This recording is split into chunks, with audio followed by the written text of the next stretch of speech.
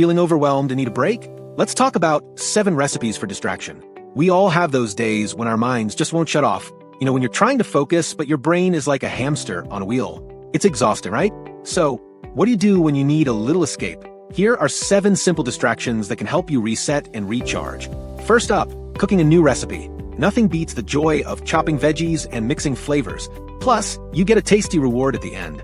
Next, try doodling or coloring. Grab some paper and let your creativity flow. It's a great way to clear your mind and express yourself. Third, how about a quick dance party? Put on your favorite song and just move. It's a fun way to shake off stress and boost your mood. Fourth, try going for a walk.